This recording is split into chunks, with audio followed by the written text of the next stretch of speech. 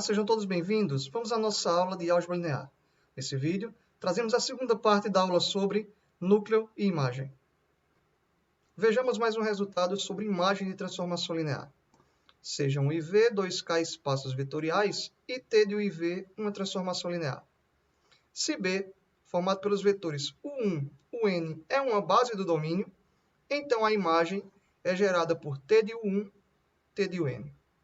Dito de outra forma, esse lema nos diz que, para conhecermos o conjunto gerador da imagem de transformação linear, basta conhecermos as imagens de cada um dos vetores de uma base arbitrária. Esse lema é utilizado na demonstração do resultado a seguir, e esse resultado recebe um nome particular por sua importância. Esse teorema é o teorema do núcleo e da imagem. Sejam IV, 2K espaços vetoriais, com a dimensão de U finita, e T de U em V uma transformação linear. Então, a dimensão do domínio é igual à dimensão do núcleo da transformação mais a dimensão da imagem da transformação. Então, o teorema do núcleo da imagem apresenta para a gente uma relação entre a dimensão do domínio e a dimensão dos subespaços núcleo e imagem da transformação linear. Vejamos então um exemplo de utilização do teorema do núcleo da imagem. Seja T uma transformação linear do R3 em P2, definida por T de ABC é igual a A mais B que multiplica x quadrado, C menos A que multiplica x, B mais C. Determine as dimensões do núcleo e da imagem da transformação. Por definição, temos que o núcleo da transformação T é formado pelos vetores A, B, C do R3, tais que o T de ABC é igual ao polinômio nulo. Ora, quando é que nós vamos ter o polinômio nulo? Quando A mais B for igual a zero, C menos A for igual a zero e B mais C for igual a zero. Então, esta definição nos leva ao seguinte sistema de equações lineares. A mais B igual a zero, menos A mais C igual a zero, B mais C igual a zero. Esse sistema de equações lineares é equivalente a... Da primeira equação, temos que o A é igual a menos B. Guardemos esse resultado. De forma análoga, da segunda equação, nós temos que o C também é igual a menos B. Guardemos esse resultado. Logo, o núcleo da nossa transformação, T, é o conjunto formado pelos vetores da forma menos B, B e menos B, com B real.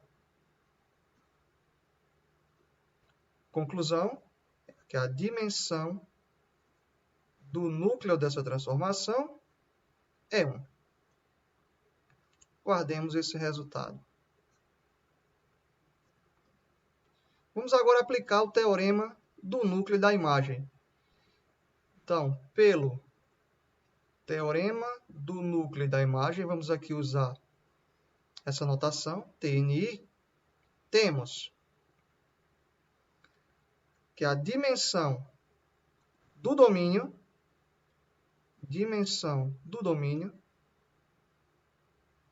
é igual à dimensão do núcleo da transformação, mais a dimensão da imagem da transformação.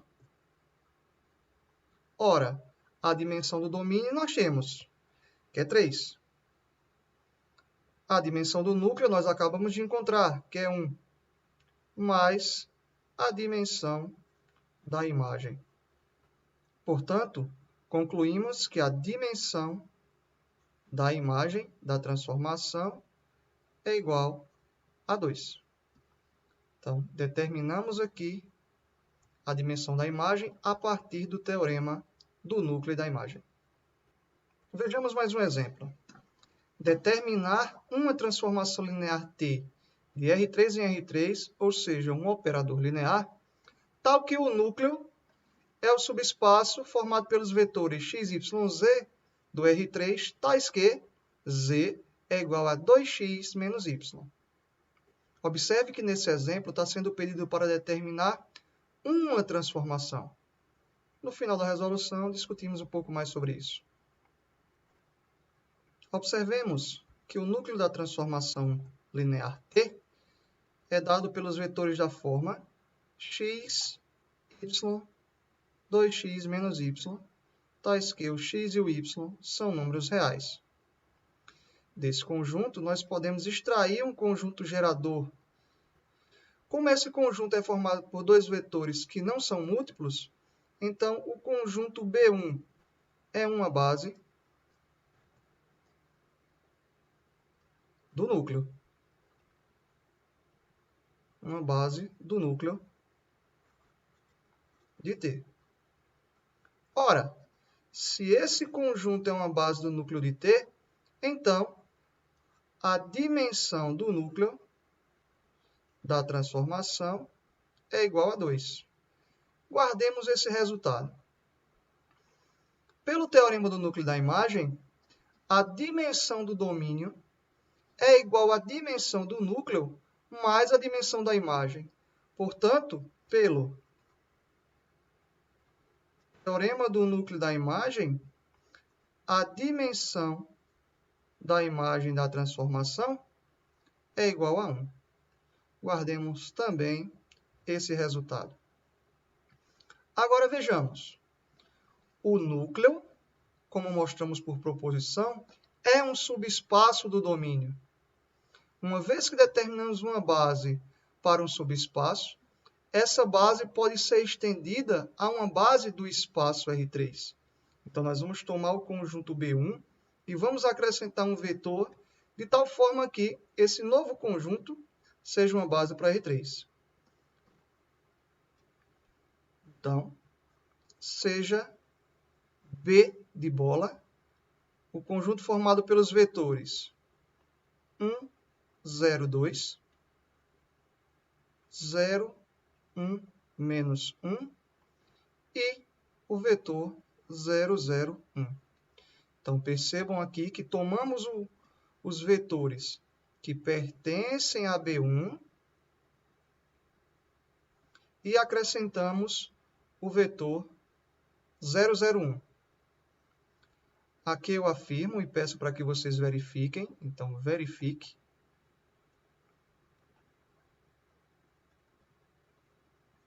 Que esse conjunto, de fato, é uma base para R3. Tomemos arbitrariamente o T de 0, 0, 1 como sendo o próprio 0, 0, 1. Então, vejam que nós completamos o conjunto B com um vetor arbitrário, desde que tornasse o conjunto B uma base, e tomamos a sua imagem também arbitrária. Nesse caso, escolhemos o próprio 0, 0, 1. O que é que nós temos, então? Temos T de 1, 0, 2 é igual a 0, 0, 0. Por que temos certeza disso? Porque 1, 0, 2 é um vetor da base do núcleo. Portanto, está no núcleo. Se está no núcleo, a sua imagem é 0, 0, 0. De forma análoga, T de 0, 1 e menos 1 também é 0, 0, 0, pois ele está no núcleo. E, por fim, T de 0, 0, 1 é igual ao próprio 0, 0, 1. E aqui nós tomamos isso arbitrariamente. Percebam que agora eu tenho uma transformação e conheço a imagem de cada um dos vetores da base considerada, que é a minha base B. Ou seja, se eu conheço as imagens dos vetores de uma base do domínio, então eu tenho que a transformação está completamente definida.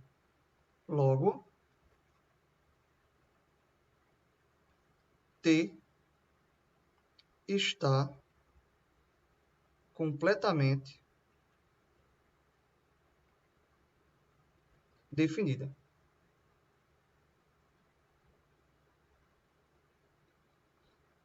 Esse conteúdo de transformação completamente definida foi o que estudamos na aula passada.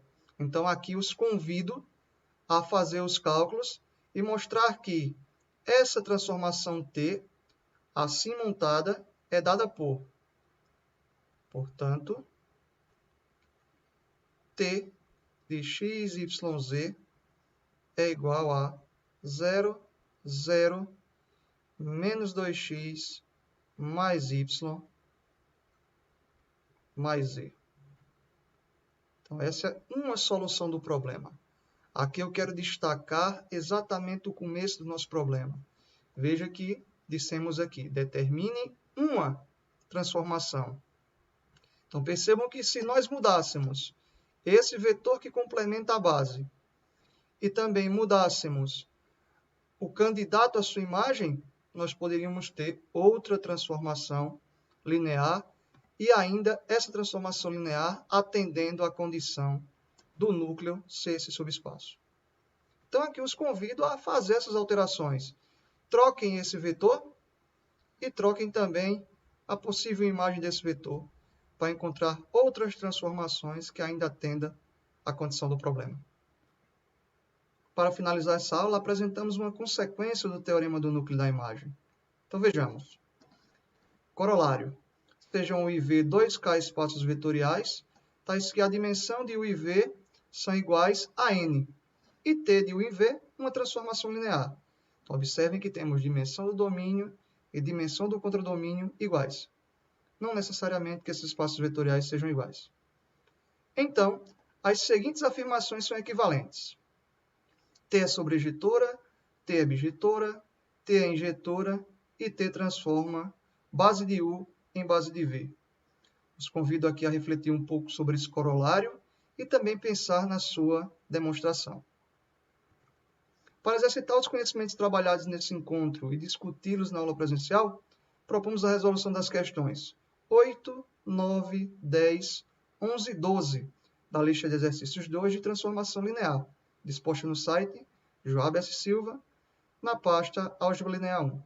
No site também estão dispostos os slides utilizados nesse vídeo. Encerramos aqui a aula 10. Bons estudos!